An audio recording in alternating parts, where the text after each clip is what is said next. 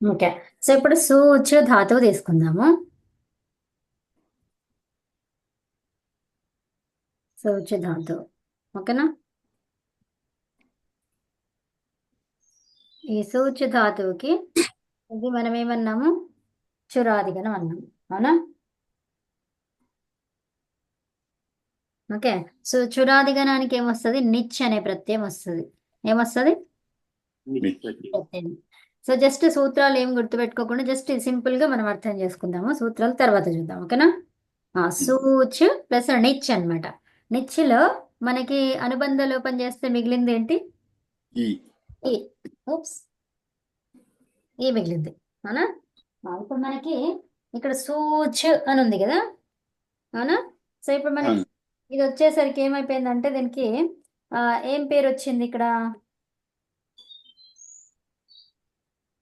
సూచ్ అనేది ఉంది కదా. అవును. ఆ, ఈ సూచికి ఇప్పుడు ఇది నిచ్చి వచ్చింది కాబట్టి ఇది ఏమైపోయింది? అది సూచి అయింది. రూపం ఏమైంది? సూచి. సూచి ప్లస్ ఈ అంటే సూచి అయిందనమాట. ఇది సూచి అనేది ఔపదేశిక ధాతువు. దీన్ని ఏమంటాము? వాళ్ళు పెద్దవాళ్ళు చెప్పింది అది. ఆ? అదే ఋషులు వాళ్ళు చెప్పింది అది. ఆ, అదొకటి. తర్వాత ఇది డిరైవ్డ్ ధాతువు అయింది ఇప్పుడు. ఓకే. ఓకే. చురాదిగణం అనేది ధాతువు, డైరెక్ట్ ధాతువు కాకుండా డిరైవ్డ్ ధాతువు ఇప్పుడు అయింది. అమ్మ ఉపదేశ ధాతువులను మనం డిరైవ్ చేసిన దాని పేరేంటి? ఆ, అనౌప కాదు అనౌపక కాదు దాన్ని ఏమంటాం? అదే ఆదేశంగా వచ్చింది. ఆతిదేశిక. అతిదేశం. ఆతిదేశిక. ఉమ్, ఉపదేశం అన్న ఔపదేశిక ధాతు అన్న రెండు ఒకటేనా? అవునండి. అవును. అవును. ఇది ఆతిదేశిక ధాతువు అన్నమాట. ఓకే.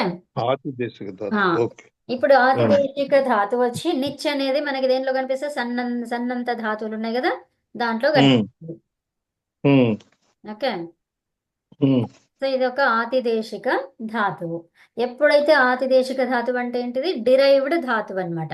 అంటే కొన్ని ప్రత్యయాలను కలిపితే వినిపిస్తుందా? అదేంటి, వింటున్నావా రమ? అది అర్థమవుతుందా రమ? అర్థం కావట్లేదు కానీ అవునా? Okay okay. ప్రత్యయం అంటున్నాం కదా, సో దానికి ఇప్పుడు ధాతువుకి ఏదో ఒకటి కలుపుతున్నాం కదా మనము. అవునా? ఇప్పుడు చివర. పట్టని ఉంది కదా. సో పట్టని దానికి పఠతి అంటున్నాం కదా. సో పట్టని ధాతువు అయితే రూపం ఏమొచ్చింది? పఠతి వచ్చింది. అవునా?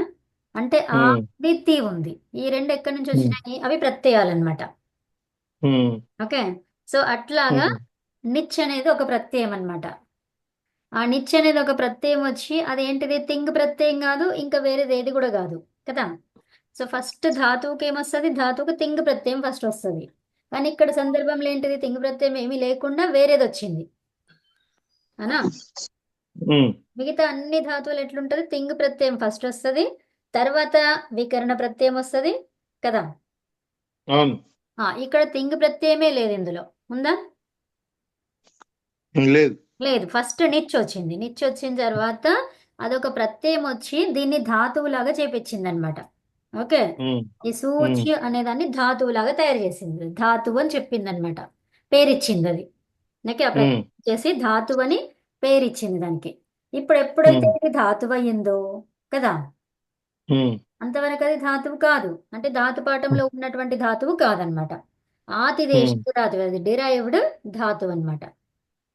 ఎప్పుడైతే ధాతువు వచ్చిందో దానికి మళ్ళీ ఇప్పుడు తింగ్ ప్రత్యయం డిరైవ్ ఒక ధాతు కొత్త ధాతుని డిరైవ్ చేయాలన్నా కూడా ఒకటి పాత ధాతుని తీసుకుని చేస్తారా, లేకపోతే వీళ్ళు ఇష్టం వచ్చింది తీసుకుని చేస్తారా?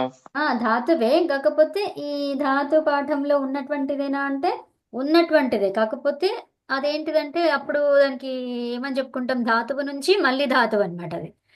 అది ధాతు నుంచి వీళ్ళు సొంతంగా ఇంకో ధాతు తయారు చేస్తారు. అలాగనమాట. అంటే ధాతు శబ్దం సూచ్ అంటే ఏదో ఒకటి చెప్తున్నాడు కదా, అంటే ఒక యాక్షన్ చేయొచ్చు దానికి కదా. అట్లా అనమాట. యాక్షన్ శబ్దం అనమాట అది. అంటే రా మెటీరియల్ ఏదో ఒకటి ఉంటుంది, దాని నుంచి ఇంకోటి తీసుకోవాలి. ఒక శబ్దం అది. ఒక శబ్దానికి అంతేనా? ఇంకో ప్రత్యయాన్ని తీసుకొచ్చి మూల ధాతు అనుకోవచ్చా? మూల మూల మూల ధాతువు కాకుండా ఆ, మూల ధాతువు అని చెప్పొచ్చు. అది రెండు కూడా మూల ధాతువులే. అంటే ధాతువుని మళ్ళీ ఇంకో ప్రత్యయం తీసుకొచ్చి మళ్ళీ ఒక ధాతువు లాగా చేసినాం అనమాట. దానికి డైరెక్ట్ గా తిప్పుని తీసుకురారాదు. సో అట్లా. సో ఇప్పుడు సూచి ప్లస్ తిప్పు వచ్చింది. ఓకే, అంటే తింగ్ ప్రత్యయం వచ్చింది. తర్వాత ఇప్పుడు మళ్ళీ షెప్ వస్తుంది. ఓకే, అర్థమైందా? తింగ్ ప్రత్యయం ఇది తింగ్ మామూలుదే. ప్రత్యయం రాదనుకుంటా కదా, నిచ్చి రావాలి కదా ఫస్ట్. అయిపోయింది కదా, నిచ్చి చేస్తేనే ఈ అయింది కదా సూచి. ఈ అని అదే నిచ్చి వచ్చిన తర్వాత అప్పుడు తిప్పి ఆ, వస్తుంది. సో అవును. ఇప్పుడు సూచి ఇక మళ్ళీ దీన్ని విడదీసుకుందాము. ఈ తర్వాత ఏ షప్ తర్వాత తి. ఓకేనా? ఉమ్, ఈ ఉమ్, షప్పులో ఇదేంటిది ఆ.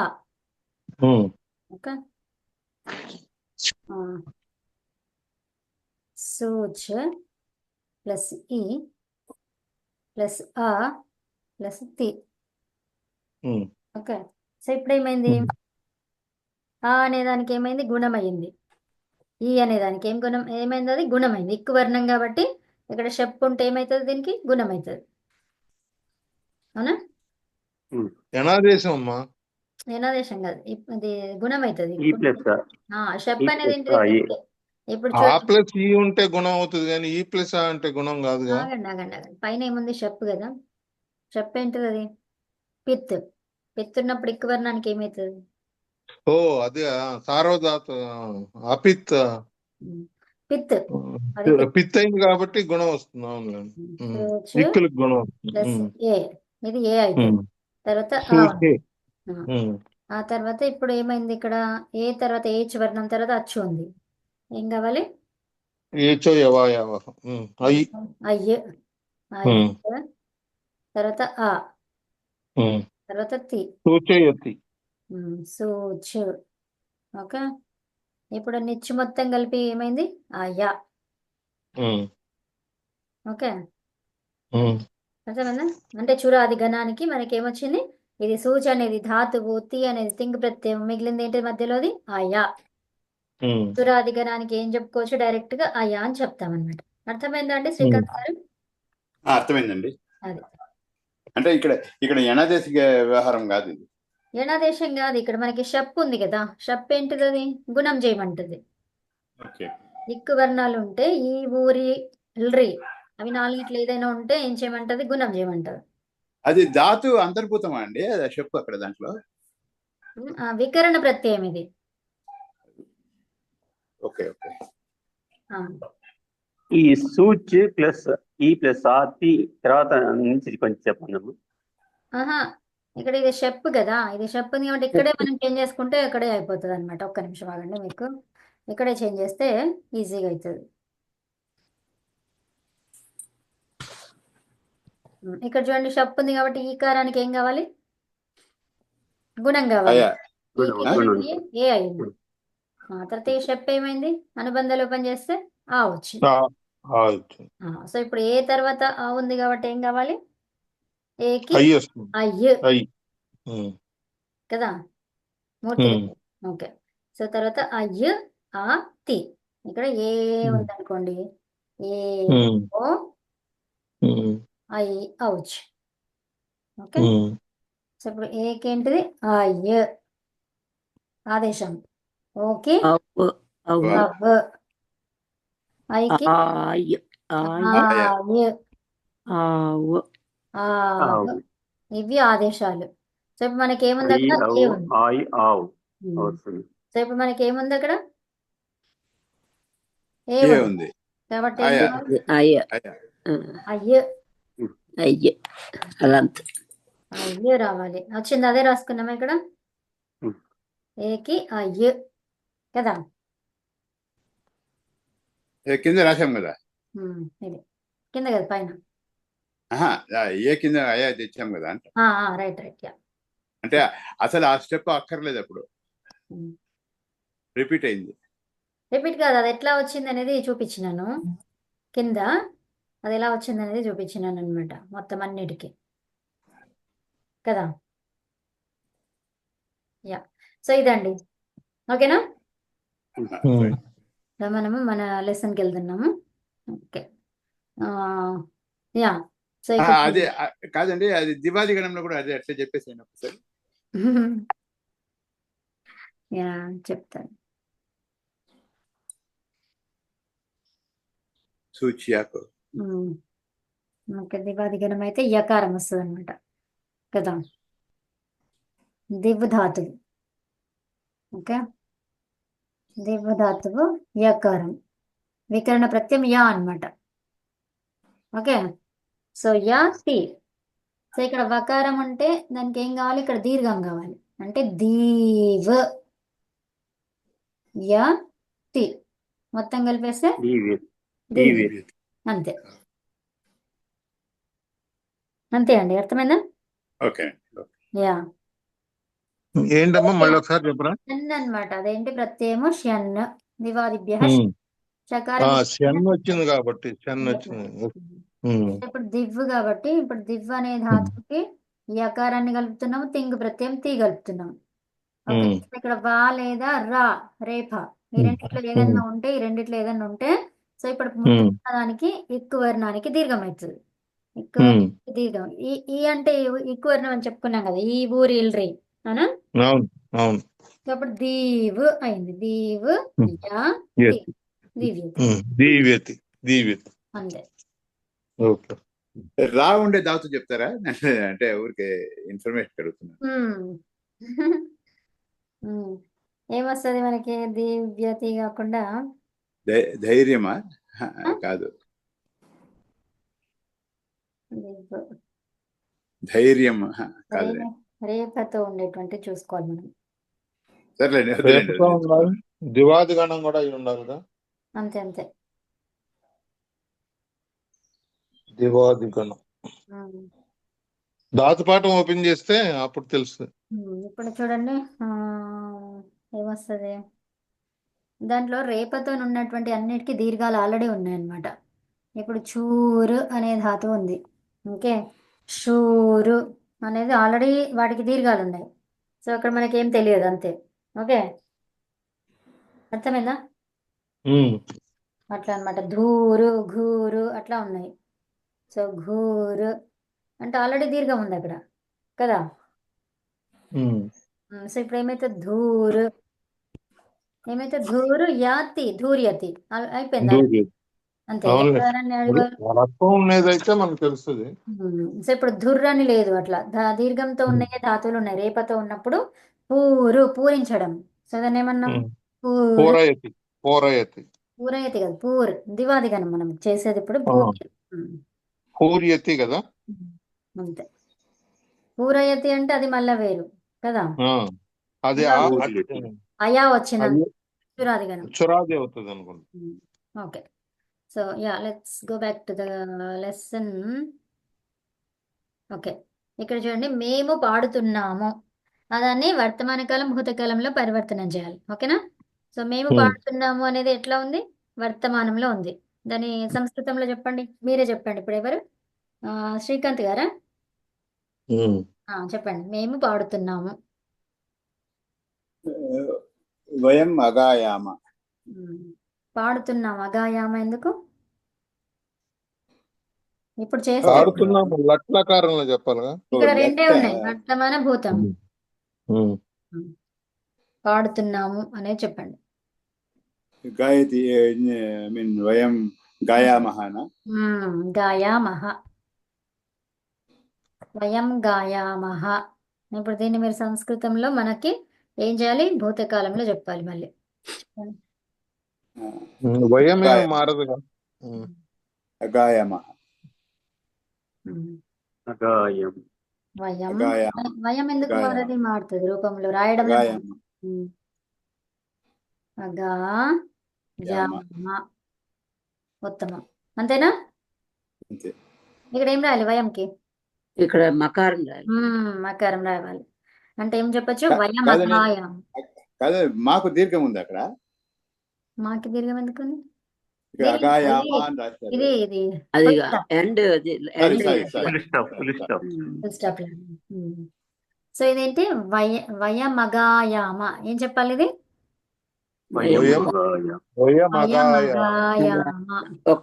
ఒక పదం, ఒకటి పదం. అంతే. ఓకేనా. వర్ణ సమ్మేళనం చేయాలి అంతే. అంతే. సో వారిద్దరు పత్రమును వ్రాస్తున్నారు. ఇప్పుడు ఎవరు, మన పార్వతి గారు. వారిద్దరు తౌ పత్రం పత్రాణి లిఖతి పత్రే లిఖంతి పత్రే పత్రం లిఖంతి. తౌ పత్రం అలిఖన్. లిఖంతి రాదు కదా, అది ఇద్దరు అన్నప్పుడు ద్వివచనం ఆ. కదా. లిఖంతి లిఖత లిఖతః లిఖత లిఖతః లిఖత. అదే ఇంకా అది అయిపోయినాక మళ్ళీ ఒకసారి చూడమని చెప్తాము అనుకున్నాను. సరే చెప్పేసారు. ఓకే. తౌ ఓకే. తౌ పత్రం అలిఖతాం.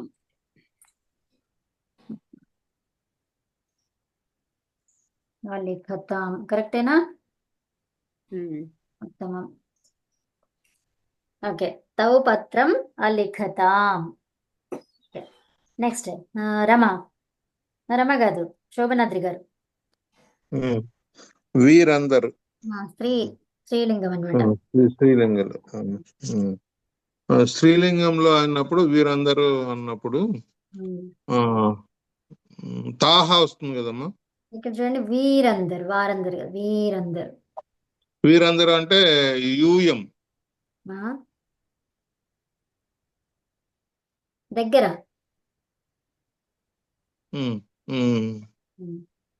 దగ్గర ఏ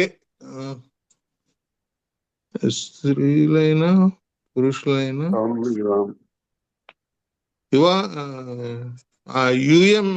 యూఎంఏ కదమ్మా. యూఎం కాదు. తే పెట్టాలా? దానికి ఏం పెడతారు? ఏం ఏతాహ. చెప్తాడమ్మా? స్త్రీలింగం కదా. రమ చెప్పు. ఏతాహ. ఏతాహ. ఓకే. ఏతాహ. నెక్స్ట్ చదివిస్తున్నారు. ఓహో. ఏతాహ చదివిస్తున్నారు. చదివిస్తున్నారు. పాటిస్తారు. చదవడంని పఠ అంటాం.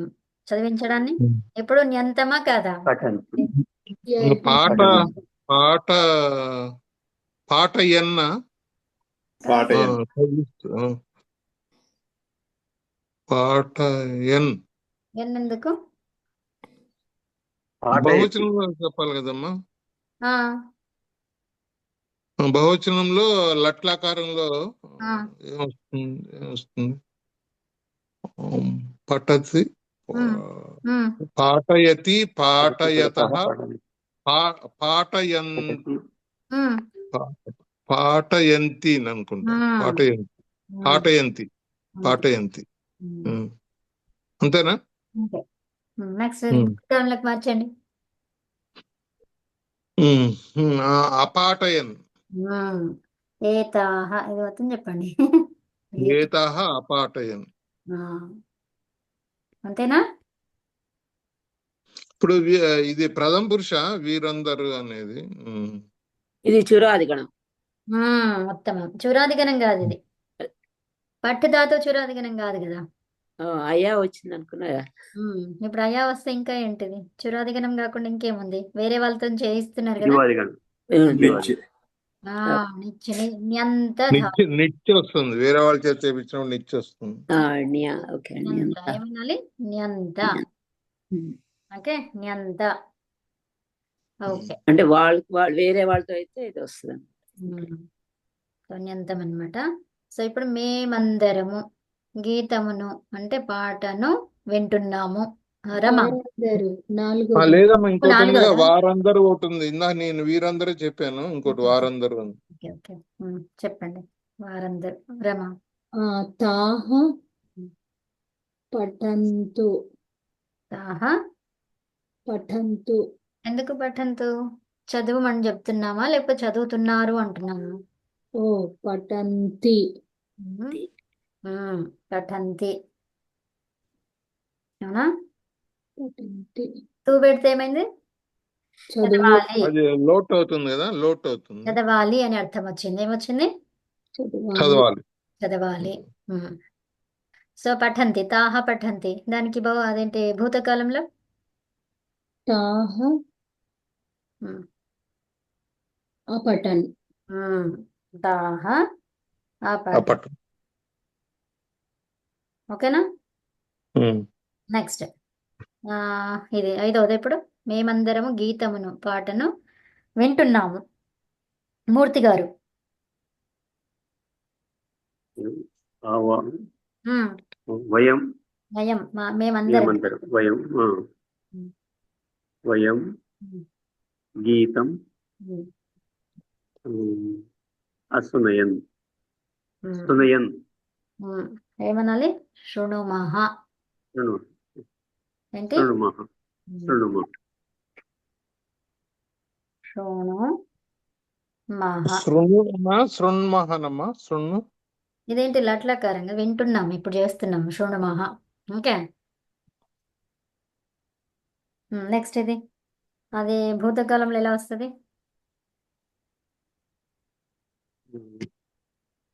వయం వయం గీతం ఉమ్, శృణుమా ఉమ్.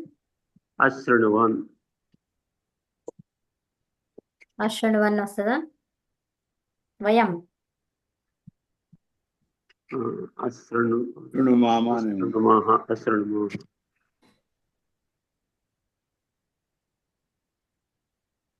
ఏమొస్తుంది రమా? అశృణుమా ఉమ్? అశృణువామ అశృణుమా వయం కదా అశృణువా అశృణుమా అశృణుమాహ మాహ ఎందుకు వస్తుంది? అశృణుమాహ అశృణుమా ఉమ్. అశృణుమా అంతేనా?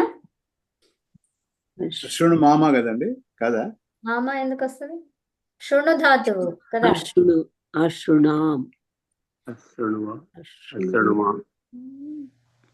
శృణుమ. చేయండి, ఆలోచించండి. శృణువామ వస్తుందేమో అనుకుంటున్నా కదా. ఏమొస్తుంది? శృణువా శృణువామ అశృణువామ అశృణువావహ అశృణువావ శృణువావ అశృణువామ అశృణువామ కదా. వా ఎందుకు వస్తుంది శృణు శృణు ఇక్కడ? శృణుమః ఏతో ఏమైనా వస్తుందా? అశృణుమహన. మహా విసర్గ ఎందుకు వస్తుంది? అశృణాం శృణుమా అంతే, అశృణుమా ఉత్తమం. శృణుమ. ఓకే. శ్రు చెప్పకుండా శ్రీ అశ్రేణిమ. అది ఏ గణం అమ్మా? శృణు అనేది ఏ గణం? శృణుమ అశ్రేణు అశ్రేణుమా. ఓకేనా? భాదిగణం అది. అదే ఓకేనా? శృణోతి శృణుతః శృణ్వంతి. సో భాదిగణం ఇది శృణోతి వస్తుంది, శృణ్ ధాతువు. ఓ వచ్చింది అక్కడ. ఇప్పుడు లంగులో ఆవు ఆము రావాలి కదా. ఉమ్, అది ఎండింగ్ ఉమ్, సంక్షిప్తంగా చెప్పుకుంటే ఉమ్. ఉత్తమ పురుషులో ఇది ఉత్తమ ఉత్తమ పురుషులు ఏం పురుషులు కావాలి? ఉమ్, ఎండింగ్ లో ఆవు ఉమ్. మధ్యమ పురుష అదే ద్వివచనం ఆమ్ అని ఎండింగ్ రావాలి కదా. ఇక్కడ ఉకారాంతం ఉకారాంతం ఉందనా? ఉకారాంతం వాటికి వామ వస్తుందమ్మా చివరిలో. ఓకే, భువాది గణం అంటున్నారు కదా. దీంట్లోనే ఈ గణంలోనే ఈ బువాది ధాతువి గణంలోనే. ధాతువి జస్ట్ శ్రూనే కదా. అవును, ఉకారాంతంలో ఉంది కదా. ఓకే, శ్రుశ్రవణే. భూధాతు ఎలాగో ఈ శృణు అనేది కూడా అలాగే కదా. అది బువాది గణమే, ఇది కూడా బువాది గణమే. అట్లుండదు, అక్కడ లంగలో వచ్చి అభవామ వచ్చింది. అట్లా కాదు. శృణు శృణువః శృణుమః అన్నమాట. శృణువః శృణుమః, తర్వాత అశృణుమ. ఓకే, సో అట్లా వస్తుంది. సరే అమ్మా. ఇక్కడ మనకి శ్రు అంటే ఇదేది తీసుకోవాలి మనము? ఇది వేరేది తీసుకోవాలి కదా, పైన దాంట్లో కూడా ఇది రాయాలి శృణుమః. ఓకేనా? శ్రు అనేది ఇది శ్రు అనే ధాతువు అండి. సో ఇప్పుడు శ్రు అనే ధాతువుకి ఏమైపోతుంది? ఈ శ్రుకి శృవః శ్రు అనేది వస్తుంది అనమాట. శృవః శ్రీ, శృవః శ్రీ. ఇది ఆదేశం, ఈ శ్రీ ఆదేశం. ఆదేశం వస్తుందా? మళ్ళీ తర్వాత నా ఎందుకు వచ్చింది అది? ఇది ఏ ధాతువు ఇది? శ్రు అనేది భ్వాదిగణం అంటున్నాం. మళ్ళీ నో వచ్చింది కదా, అవునా? సోష్ణు అనేది దీనికి వికరణ ప్రత్యయం.ష్ణు వికరణ ప్రత్యయం ఎక్కడ వస్తుంది?